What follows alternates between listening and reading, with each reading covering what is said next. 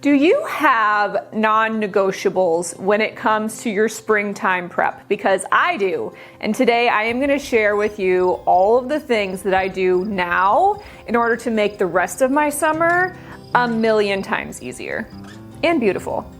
A lot more beautiful. Hello my friends, I'm Sarah. Welcome to Grace in My Space. If you are new to my channel, thank you so much for visiting, for stopping by. I have been renovating a 1970s home for 3 years, and today feels like the culmination of literally 3 years of work, but it's all focused outside.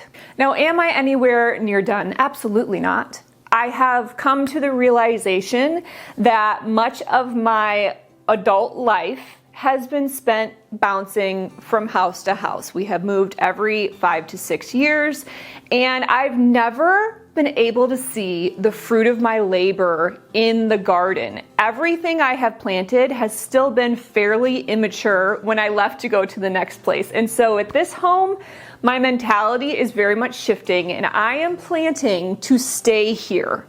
Please, Lord, no more moving. Now with that said, let's dive into all of the things that I do every spring so that the rest of the summer can be peaceful and beautiful, and you just gotta water.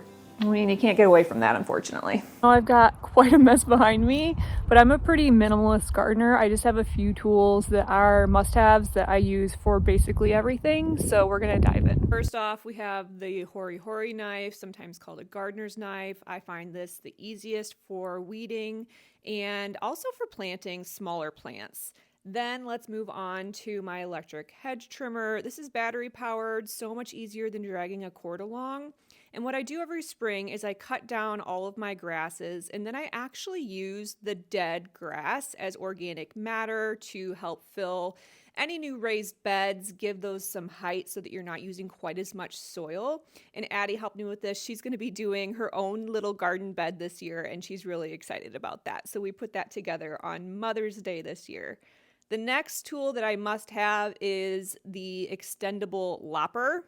Every spring I go out, I cut off dead branches, dead foliage, anything that will take effort for the plant that is unnecessary, I remove it. And this year I decided to plant out in the middle of the yard a popcorn viburnum, and I think it's going to be such a beautiful statement out there once it gets large. Now, as a reminder, this is where I started last year.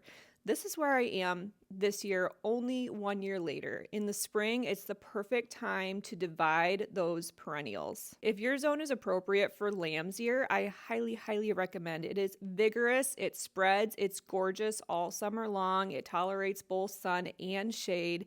And I'm already dividing this plant, even though I just divided it and replanted it here last year. All of these lamb's ears are divisions from last year. Again, this is where I started 1 summer ago, and this is where I am now. While I definitely need to get out there with the weed whacker, I am very pleased with how much this has filled in 1 short season. Another tool that I love is my gardener's wagon. This load might not have been quite appropriate for the use of this, but it's a dump wagon, and my camera woman decided that this was more important than filming what I asked her to. That's okay, but the dump wagon is so much easier than using a wheelbarrow if you have a bad back. Now, this is my yearly reminder. Don't use landscape fabric. It suffocates the soil. It makes it impossible for ground cover to spread and be healthy. I'm still ripping it out. And by the way, it doesn't stop the weeds. This is the perfect time to spread that mulch. That is the greatest weed suppressant you can use. So make sure and top off your garden right now. Now, this is a project that I'm really excited for. We are actually going to fence in a portion of our yard for the dogs, and I'm using the deck as one side of the fence with some lattice to make it not only a boundary, but also decorative. Is there anything better than taking a shower and putting on your pajamas after a day of landscaping? Because I think it's pretty much the best reward you can give yourself. I'm really thankful that today Mommesilk is sponsoring this portion of today's video. I am wearing their gorgeous, luxurious silk pajamas. I absolutely love the beautiful detailing on this set. It has the piping all the way down and on the pocket, and the bottoms match. These are made from 100% mulberry silk. It has mother of pearl button and the fabric breathes naturally, so I'm not hot or cold, sweaty at nighttime. Whether I'm waking up the house in the morning or I am putting the house to bed at night or just resting, these are really comfortable and one of my favorite parts of the day. Now, the last time I talked about Mommesilk, I highlighted their silk pillowcases, which is still one of my absolute favorite additions to our bedroom, to our nighttime routine. But I decided to also try the silk comforter because I had never tried one before, and it is just as luxurious. Silk is naturally antibacterial, less likely to cause breakouts, which is why I love the pillows so much, but it makes sense to also bring that into a comforter. It's about 1.5 times more moisture wicking than cotton, so it helps you prevent that overheating during sleep, which is something that my husband really struggles with. Now you can obviously use these with a duvet cover. I'm going to try it without for now because I'm not a huge fan of duvet covers. I love that this is a lighter weight as we head into the warmer months. I'm really hoping that it's going to help us sleep better because it gets so hot on our second story of our house and nothing else has worked quite yet. Fast forward several weeks later, and this silk comforter has been such a game changer. Number one, it has this beautiful grid stitching across the whole surface, so it doesn't really shift very much when you are moving at night. It also has tabs on all 4 sides if you choose to use the duvet cover. It is super affordable and it also comes in 3 different weights depending on your own climate needs. Now this is washable as well, but due to the fact that silk is naturally antimicrobial, you do not have to wash the actual comforter as often as you would the duvet cover that you have around it. But even after washing, it doesn't clump and you can just simply shake it out. I'm gonna link up not only my pajama set, also the robe, silk pillowcases, and silk comforter for you in the description. Make sure and use my discount code GSpace20 for 20% off. Or if you spend $199 or more, it's GSpace25 for 25% off. Now, I have never installed lattice before. I really didn't know what I was doing. I think it's gonna turn out okay, but the store actually sold us 6 pieces of lattice. We went to load it up and they only had 3, and they were going to charge us $114 to deliver the other 3, even though they said they had it in stock. So that was a no-go. So I'm only able to do a portion of what I wanted to accomplish in this video, but I will make sure and share this finished space once we get the rest of our lattice. I really am excited to get this fence up. We have 2 dogs. They're a little bit wild. They're not super boundary conscious, and we have a lot of neighbors with other dogs, and so we want to make sure that they are protected. Now let's talk about weeds. I don't like to use any chemicals on my lawn or in my flower beds, but these little boogers are creepers and they will quickly spread throughout my entire garden bed. And so this year I am using a high concentrated solution of vinegar and some Dawn dish soap to spray on all of those borders, and it works so well. This is what it looks like before I use that combination, and you can see right when I start using it here. It kills everything, so make sure you don't spray it on things that you want to live. I'll link up what I use in the description. Now over on the front porch, I've already shared basic upgrades that I did to my porch this spring in a different video, but it's finally warm enough to add some live plants. In the past, I've shared with you how I like to split my Boston ferns, but this year I was tired. I was just really tired of landscaping and cutting and digging and doing manual labor. So take off the hanger, pop it in a pot, and we're good to go. On the opposite side, where it's not easy for me to get a hose to, I am using this faux fern, which is actually highly realistic, and I'm using it on my back deck as well, where I don't have a good watering system in place. And I really do love the combination of fake plants and real plants. When you mix them, it helps distract from the faux plants because your eye is obviously drawn to the real ones. And that way you can get away with a lot less maintenance, but still have the beauty of live plants. I also put a new rocker on the porch, and I'm really excited just to sit out here and rest. Now onto the garden center. This is the time of year to do some fun perennial planting. You can also do it in the fall, but I like to do it in the spring just because I want to enjoy it all summer long. So out here in the front last year, I divided all of these hostas from my mom's house. She generously let me come dig a bunch out, and I'm creating a shade garden under our maple tree. I wanted to add some more beautiful plants to this space, so I'm just adding a few different ones here. And then in front of the barn, I've had these planters sitting empty for 3 years because I have no good water source.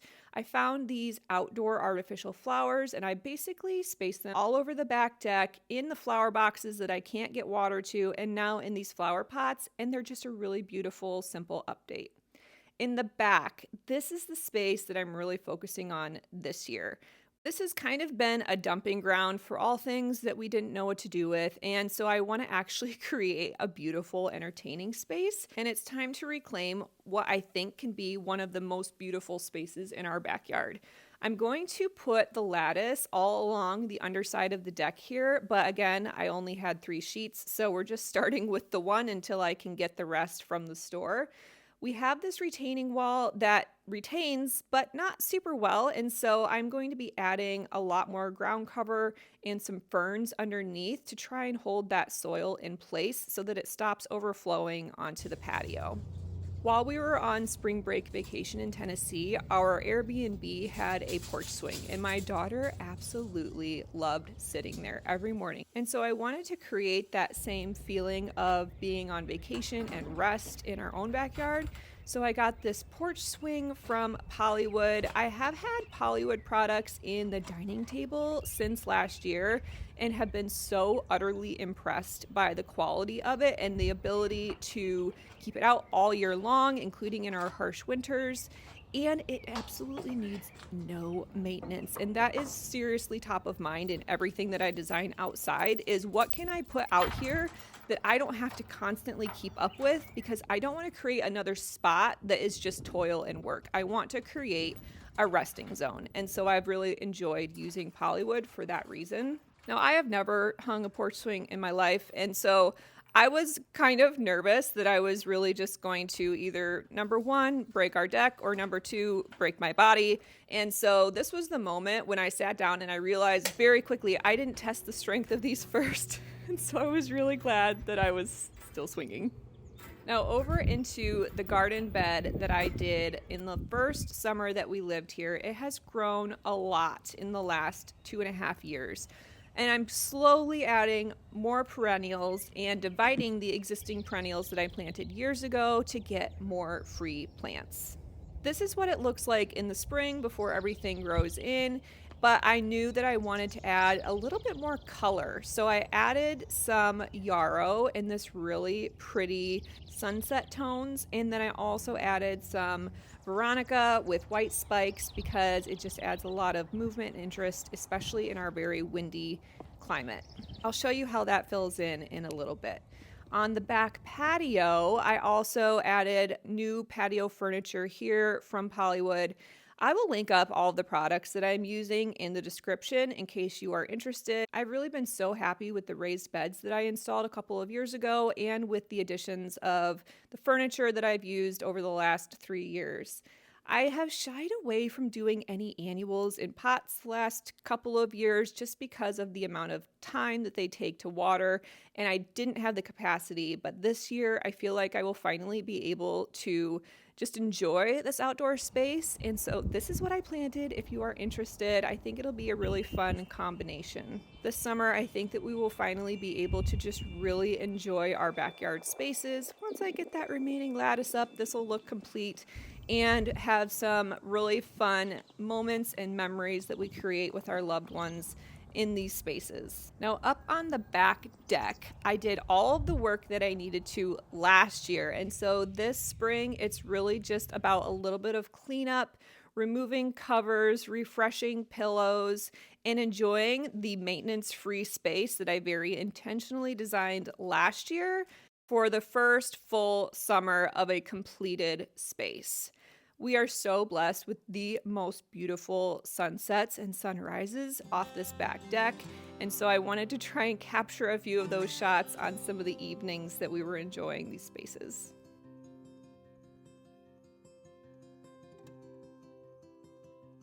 Now, we still have a long way to go with maintaining borders, adding some structure and interest to the garden. I want to do an arbor with some climbing perennials. but for now, we are going to just enjoy what comes up in early summer. I'm going to continue to add perennials and split perennials so that I can really take advantage of the beauty that we have and spread it around from garden bed to garden bed, because that is one of the quickest ways to add interest, is to repeat your plants in a variety of different places. This spring is when I'm also planting my zinnia seeds and putting my herbs out and planting our green beans and our tomatoes and our radishes and our lettuces. I do pretty simple vegetables in our raised beds specifically, just because I don't have a lot of time to get out there and do a full garden, but we do enjoy some of those fresh herbs. And the kids like to go out, pop a radish out of the ground, and have a little snack straight from the garden.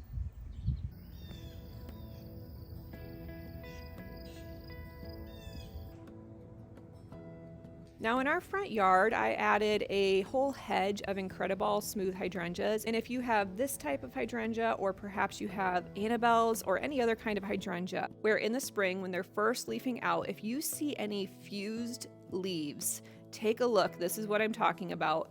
You are definitely going to want to separate those leaves and take out the little worm or caterpillar type insect that is doing this to your hydrangeas. This happens every spring.